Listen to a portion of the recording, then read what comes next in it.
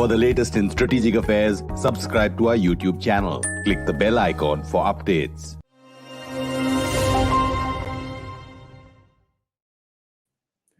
This is StratNews Global. I'm Amitabh, Revi, and on the talking point today, we're looking at the first India-Central Asia Summit.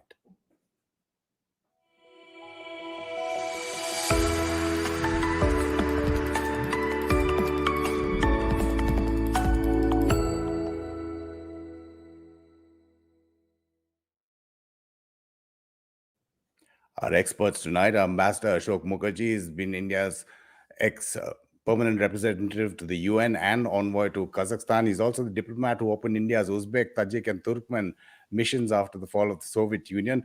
Evening, Ambassador Mukerji. Good evening, Amitabh. Nice to be on your show.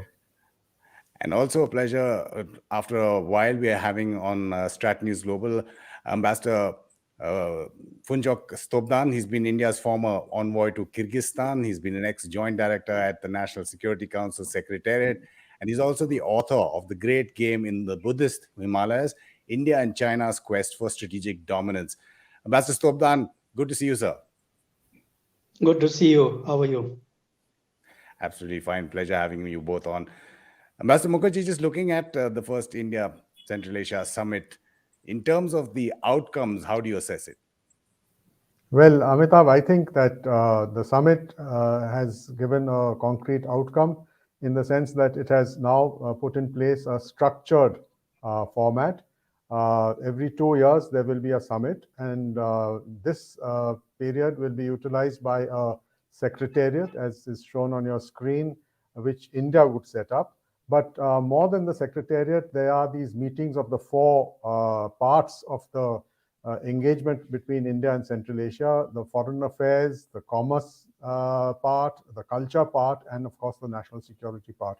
So I think that this is the main outcome, as I see it, of this summit, that it has resulted in an agreement on a structured way to take things forward, something that I think has will overcome the lack of outcomes in the past 30 years. Ambassador, if you want to add to that, and also if you can put in perspective what Xi Jinping had just 2 days before Prime Minister Modi held a similar summit of sorts, how do they stack up, Ambassador Stobdan? Well, I think as Ambassador Mukerji has mentioned, I thought it is a very, very modest and doable kind of a step that we have taken, considering the hype that was created by ill-informed, people all around, including media, that we are going to conquer the world or something like that. The government has kept it very low profile, and certain things which are achievable. It talked about the three-pronged approach to cooperate with this region. One is that we must have a vision for Central Asia, which is Central Asia is central to Indian vision of an integrated. Basically, what you are talking is we have the Indian Ocean, we have the Gulf area, we have ASEAN.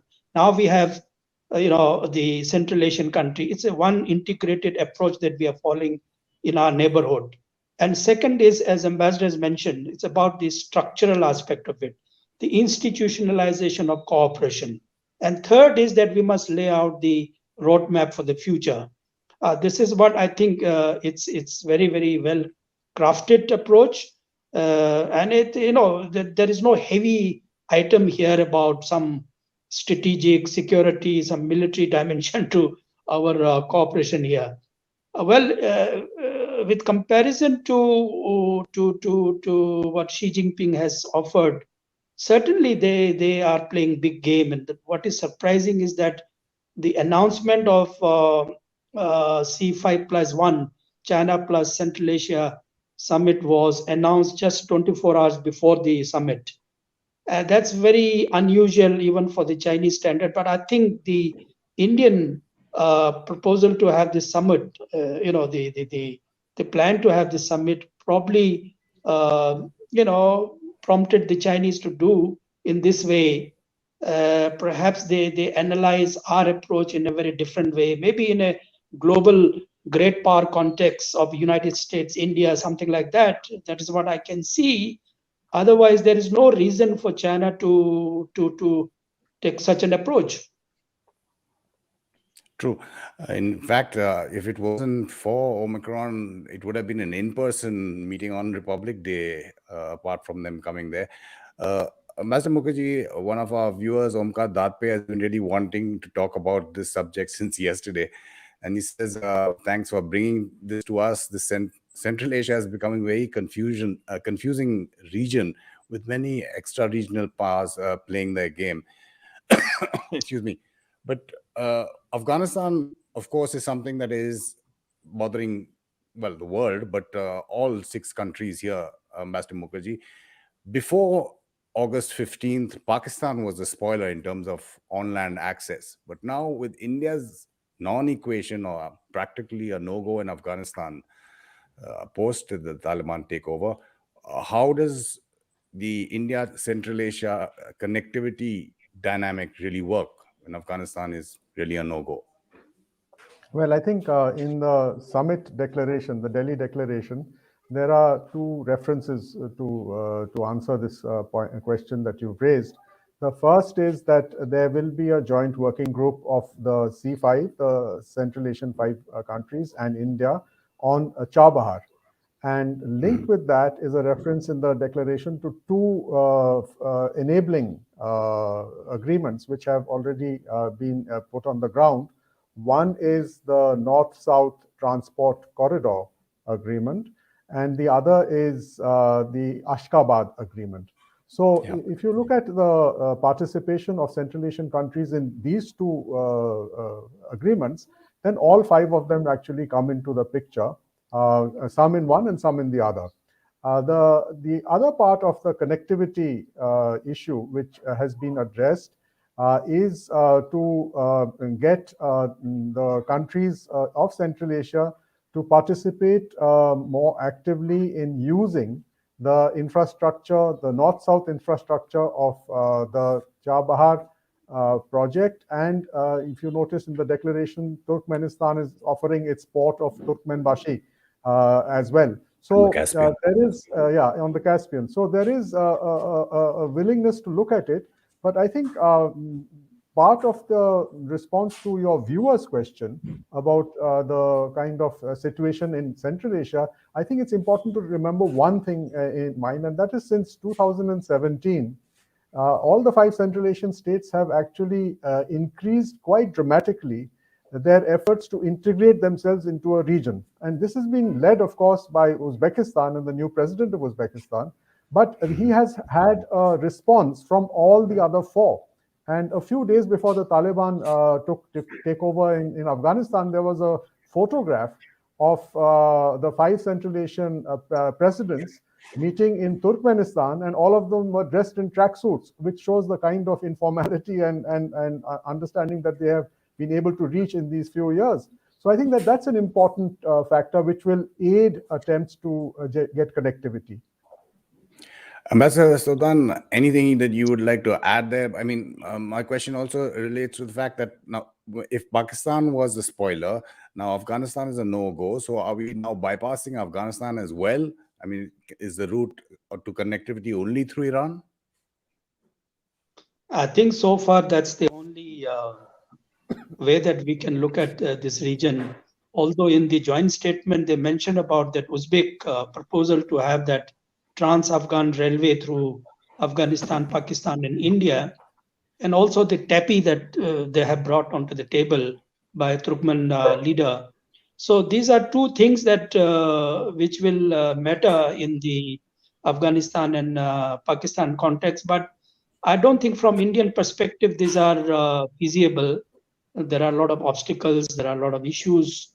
Even TAPI, I doubt that will mature in a manner which the Turkmens want us to cooperate. We are simply, I think, concentrating on the Chabahar, INSTC, as Ambassador mentioned about, that through Iran and Ashgabat agreement.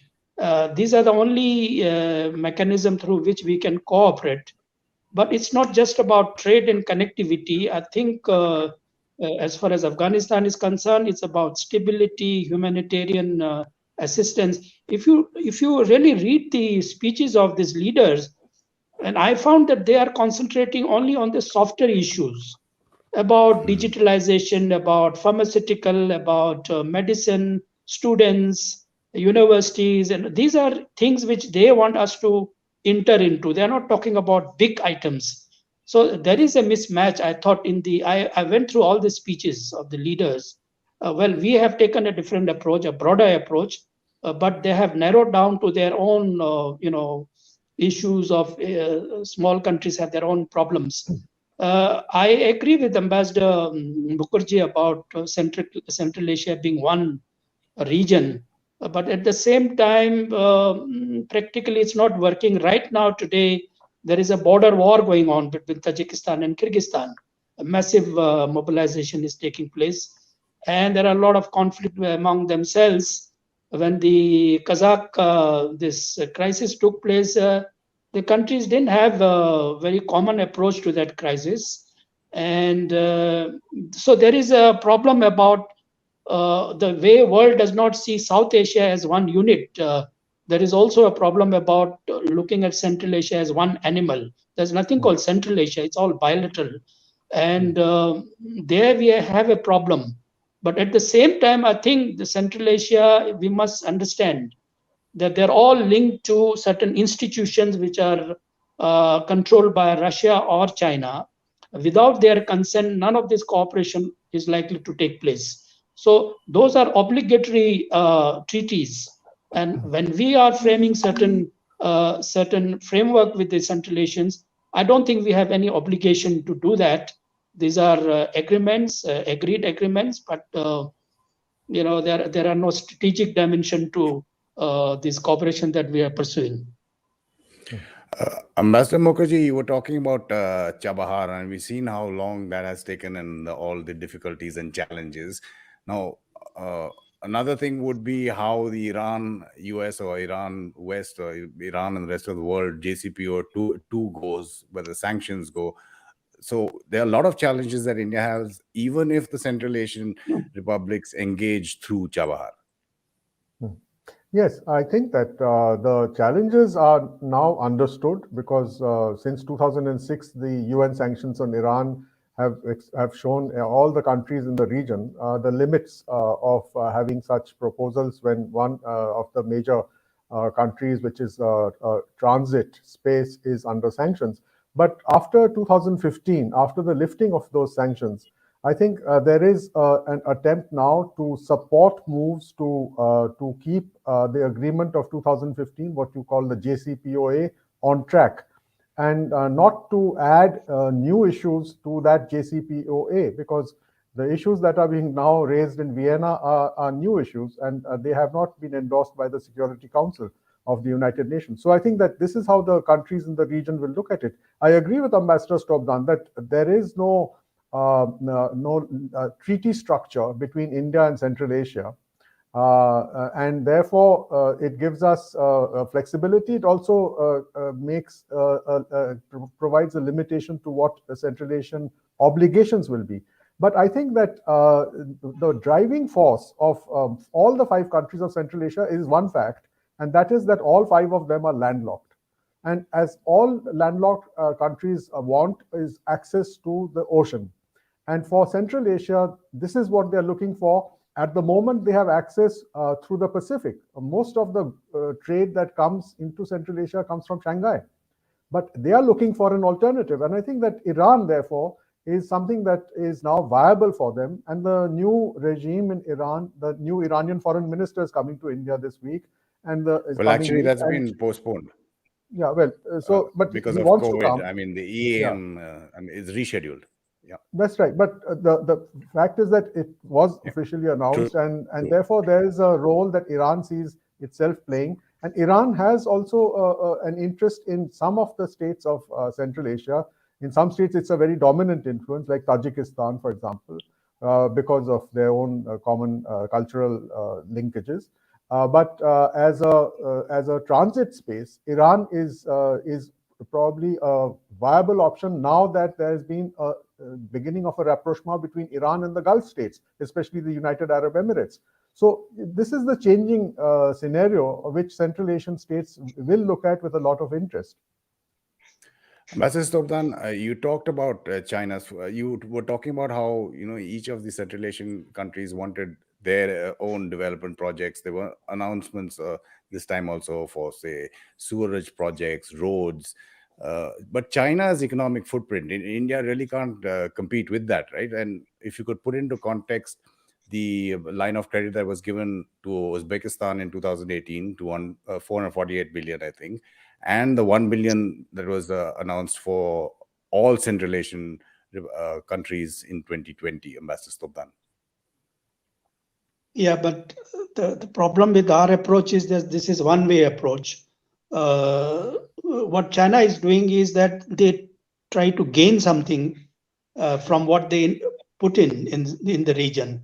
Now they are targeting something like $70 billion trade with the region. Now, even if they want to invest $6 billion and they want to get a $70 billion trade, then there is something to gain for the Chinese.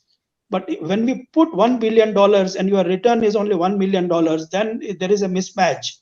So I find that we tried in Afghanistan also $3 billion, but today the $3 billion have gone down the drain. This approach of a development assistance program that we call it, I think we need to review it, whether we give to African countries or Latin American or developing countries.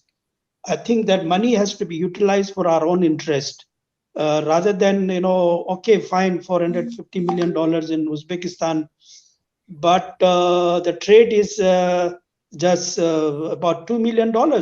Or $300 million in Uzbekistan. We don't do any trading with that. So what is the return? Similarly with Kazakhstan, we have invested in oil and many other things, but return is really, really very limited, and it's not easy to do business or even trading in that part of the world. There are many difficulties. You have to be very frank on that, rather than talking something, always talking good things about our relationship with this. There are a lot of problems, and I think our businessmen do not prefer Central Asia as a destination for investment or doing business there. So the Chinese, the Chinese approach is quite different. The Chinese are funded, the businessman is funded by Chinese central banks. They don't worry, so they play games there. We are unable to play games because we want ensured profit and return. That's not possible in this region. Right. Ambassador Mukerji, if you want to add to that, and the popular narrative, which is that China gets countries into debt traps. I mean, how far is that true in Central Asia? Well, when you look at it in terms of figures, that is probably true. And the largest beneficiary of Chinese assistance financially is Kazakhstan in Central Asia, which is again the richest Central Asian state. So obviously there are issues relating to the linkages, as Ambassador Stobdan mentioned, between how China approaches the region and how countries like India approach the region.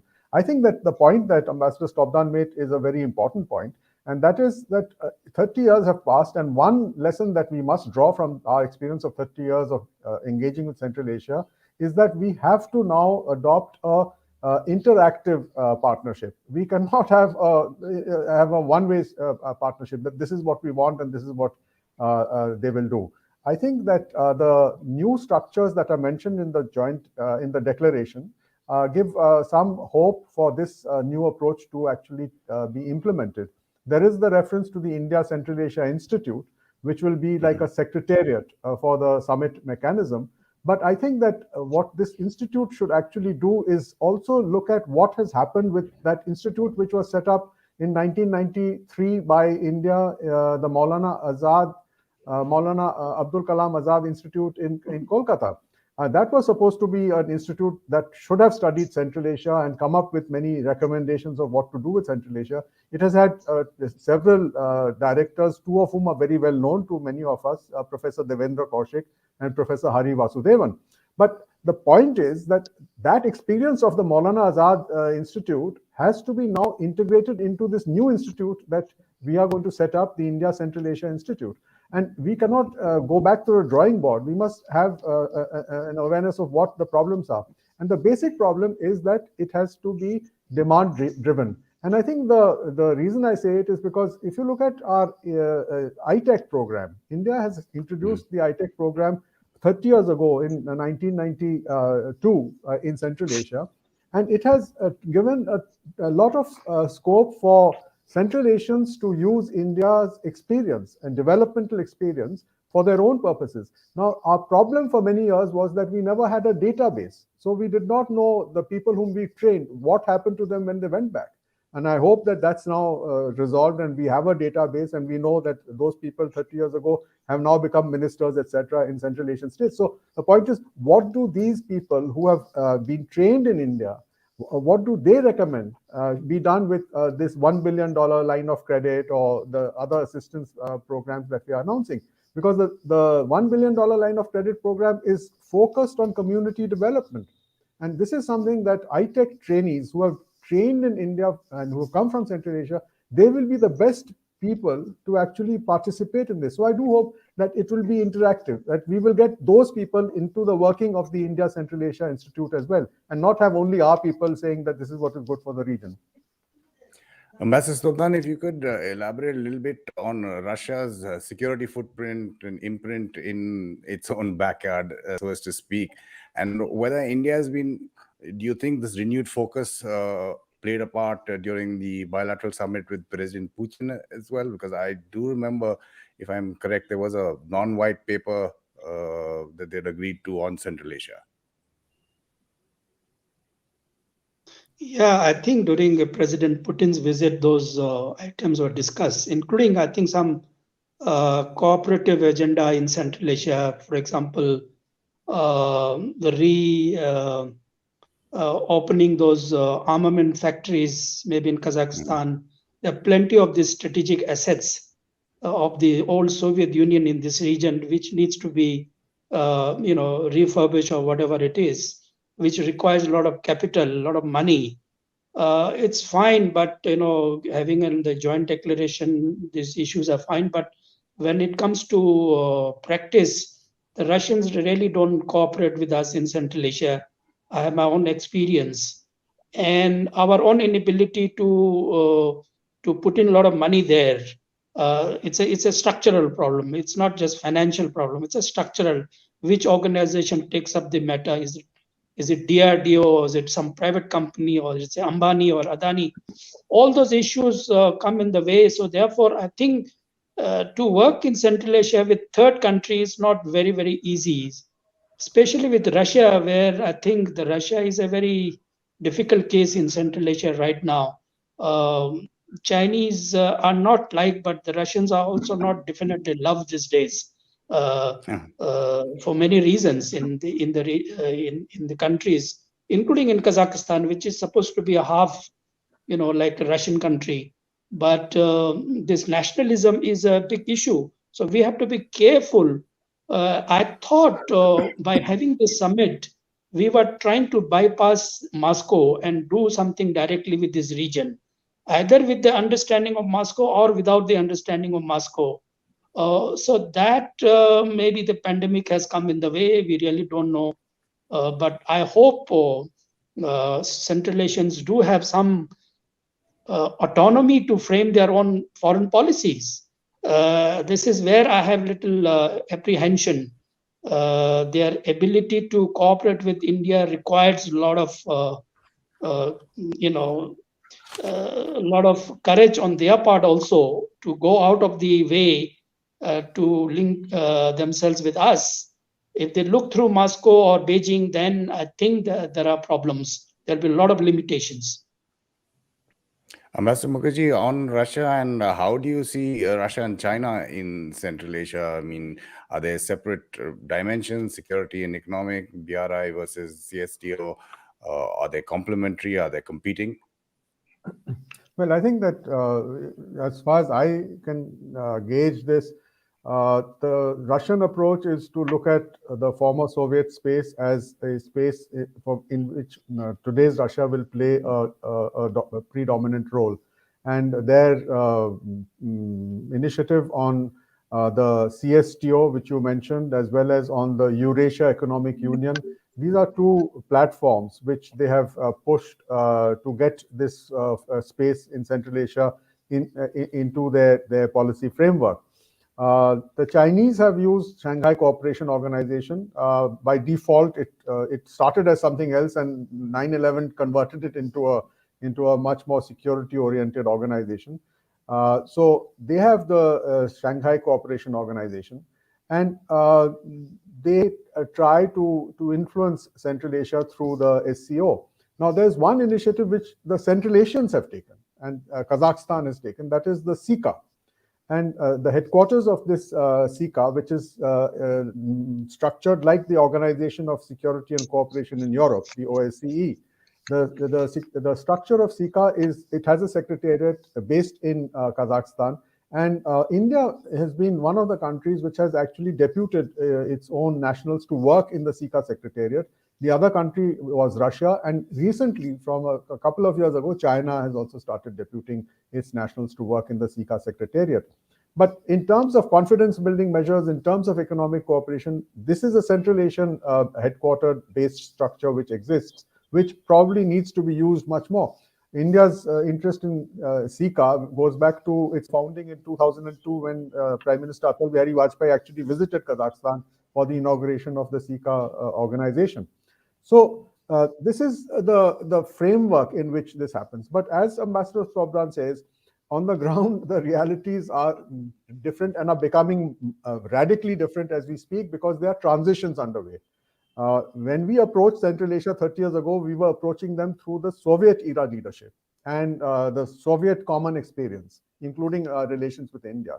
Today, we are dealing with a generation which has not got this common cloth from which we will cut the clothes that we are going to wear. So I think that this is something that needs to be factored into our own system because we must deal with the current leadership and policy-making elites in each of the Central Asian countries as a new factor. And we must therefore spend these 2 years between this summit and the next summit in actually inviting the new generation of political and thought leaders from Central Asia to India and sending our own new generation to Central Asia, because otherwise this is not going to be sustainable if you are looking at it in terms of the old Soviet space.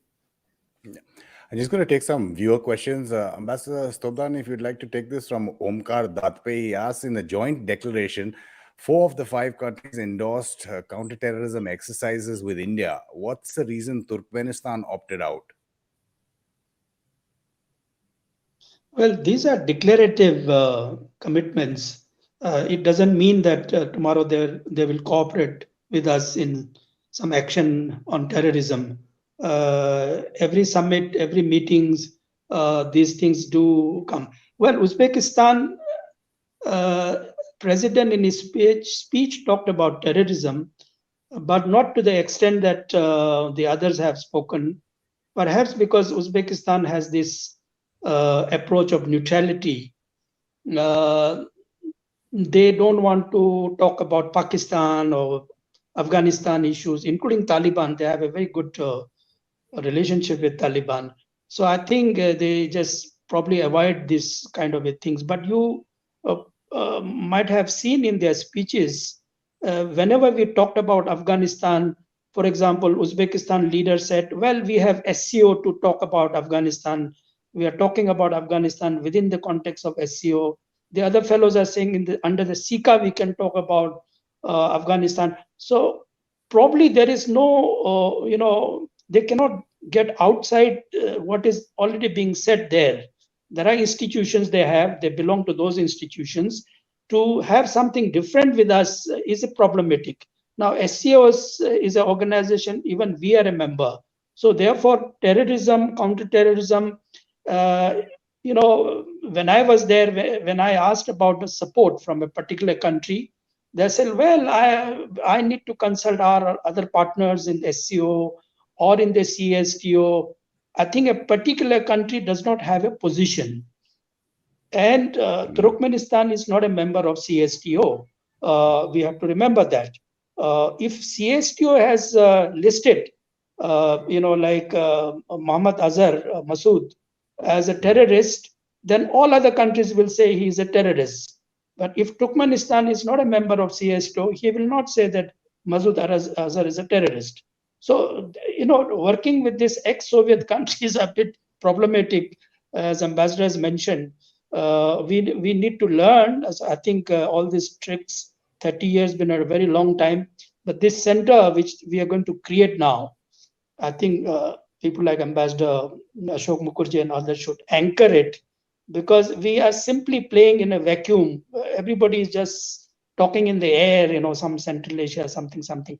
We don't have a concrete idea. We really don't have the big picture also in our mind. The only good thing about India, special thing about India and Central Asia is our civilizational connection, which the Chinese don't have, which the Russians don't have, which perhaps even the Islamic countries don't have, except the religion. The cultural part is only with India. All the Central Indian culture in the Northern Indian culture, essentially from the medieval from the medieval period, have come from Fergana Valley. Now, we are shying away from talking about these issues. Well, I do see in the speeches about civilization, culture, all these ties, but frankly, nobody wants to talk in details. Unless we harness those things in a proper perspective, we are not going to make a difference. In technology, I don't know what we can do. In defense, I really don't know what we can do there. Economic, Chinese are dominating. Religion, Pakistan will dominate. So if you don't want to talk about culture, then we don't have any niche with us, maybe except for selling tea and pharmaceutical, that's it. You've just answered Omkar's another one of his questions, Ambassador Stobdan. He asked, there was a lot of emphasis on cultural connect and the extension of the Buddhist circuit to Central Asia. To what extent will our historical and cultural links help achieve its strategic goals? Well, you've answered that perfectly. Ambassador Mukerji, is coming to you on a separate thing. We talked about TAPI. Now, the Taliban has been talking to the Turkmen foreign minister and other leaders there. And related to that is another question from Night Library. Your views on the feasibility of a project similar to Nordstream 2 between India and Central Asia via the sea route to Iran and then Central Asia, obviously. Well, I think, this point is important, but I think we need to look at where the gas reserves are, which are going to be channeled into either the TAPI or any other project which even your questioner talked about, which can come, through Iran or somewhere, or that part of the world. Because when TAPI was initiated, it had a very peculiar start in Turkmenistan, because the people who went to Turkmenistan to discuss economic cooperation were from Argentina. And they used an interpreter from India, from Tashkent. And instead of discussing agriculture, which was their core business in Argentina, President Sapar Murad Niyazov asked them to talk about taking gas out of the Daulatabad gas field in Turkmenistan. And that is how TAPI was born as an idea. Later, of course, the United States and Argentina had this big dispute in Texas in a court, and there's a whole story of the TAPI project. But the Taliban were very interested in the TAPI project, and the Taliban were actually taken to Texas during 1998 or sometime around that time to have discussions with the United States on TAPI. So this is a background which needs to be kept in mind, because what has happened after that is that China has built this dedicated gas pipeline and is taking most of the Turkmen exports of gas to China. And including the Turkmen gas exports to Russia have gone down dramatically. So I think that when we talk of projects like TAPI, of gas projects, we have to be very clear as to where the reserves are and who is already taking the reserves. When we signed TAPI in India and we became part of TAPI in 2012 or 11 or 12, it was quite surprising that they still thought that it was coming from the Daulatabad gas field, whereas Daulatabad gas field are already been taken by China. So where is the other reserve coming from? And that's, I think, it's important to keep an eye on the detail, as Ambassador Stobdan says, because on the ground, the details are very, very important. Sure. One question I'm going to ask Ambassador Stobdan from Mehul Lad, who points to what you were saying earlier, Ambassador, that if there's little collaboration between Russia and India in Central Asia, is there any future to India-Russia strategic relations beyond just arms sales? Yes, that's theoretically it's quite possible. It's huge potential between India and Russia, not just in Central Asia, even Russia itself, in the Ural sector, even in the Far East, in Siberia, or wherever that you think it's possible. It's okay if Russia and India put together efforts. Central Asia is a prospect, but at the same time, Central Asia is changing. The US factor is coming in a big way. It's not so easy even for Russia also. I mean, the United States has more than 600 companies only in Kazakhstan working, including big oil companies. So, the countries are not what they used to be some 20 years ago. They have a lot of pressures coming from United States and the European countries, European Union also, on human rights, on investment, on business, on climate change, on so many things. The pressure is so heavy on these countries. And therefore, I think Russia quickly came and quickly left. It's not so easy right now, even for Russia to flex his muscle all around. It's a very sensitive issue. Well, I think joint ventures are possible in Kazakhstan, for example. They have a biological weaponry site. There's a nuclear site. There is this space Baikonur, Cosmodrome. Cosmodrome. And now a number of, I saw tank manufacturing sites somewhere in southern Kazakhstan, in Shymkent. Then in Uzbekistan, there are plenty of, those old military infrastructure still available. We can get them together again, and but they're not easy to do that. There will be pressure for us also on these issues from United States to get into such kind of collaboration. I don't see the prospect immediately, but in the long term, the Russians don't have that kind of a capital also. Mostly it's the Chinese now penetrating into defense and security sector. They started with economics. Initially they started with border issues, and then came into economics, trade, and others. And slowly now they're getting into military affairs, including manufacturing of arms. So the Chinese have the extra money to spend in this region, and now they're talking about getting this mega, Xinjiang, Kyrgyzstan, Uzbekistan railway line. Now, if that happens, they are next door to us in Pakistan and Afghanistan. It's the southern part of Central Asia through which they want to come in, and they want to link up with Iran also. That's a big strategic gain for China if that happens. If you want to undo that, you require collaboration with the Russians. Only Russians can halt it. Otherwise, the Chinese penetration into the region will be complete with the completion of this railway. That is what Xi Jinping has promised 2-3 days ago, that this railway line will be completed. Mr. Mukerji, I'll just get you on that. But the last two questions from our viewers. One is Ayush Kumar. Now, we know about the Vladivostok-Chennai maritime route, but he's going further than that. He's saying, is there any feasibility of connecting Central Asia through Vladivostok and the terrain? But related to what Ambassador Stobdan was saying, Ambassador Mukerji, what should be India's stand given their deep relations with US and Russia in countering the influence of China in Afghanistan and other neighboring countries? We talk about Central Asia here. Well, I think that we should look at sector by sector. I agree with what Ambassador Stobdan has said about the defense manufacturing sector. It's my personal view that that is too late now. 30 years ago, it was possible for India to actually get involved, but we never got involved, although many offers were made from each of these Central Asian states to us in 1993, 94, 95.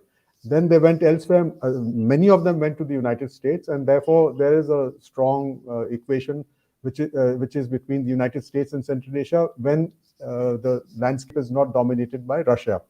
But there is a new area which is coming up, and that is referred to actually in this in the Delhi Declaration, which was issued yesterday, and that is the digital dimension, the digital sector.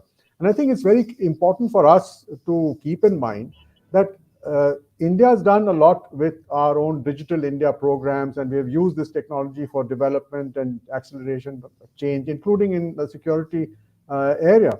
But in terms of Central Asia, the dominant player is China. And the Chinese have actually created an infrastructure which is separate from the infrastructure which India is used to. We are used to the submarine infrastructure dominated by the United States and the West. But the Chinese have created a land infrastructure.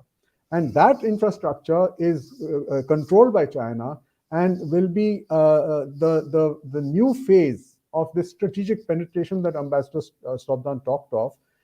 This is how they will dominate this entire region using cyber and digital technologies.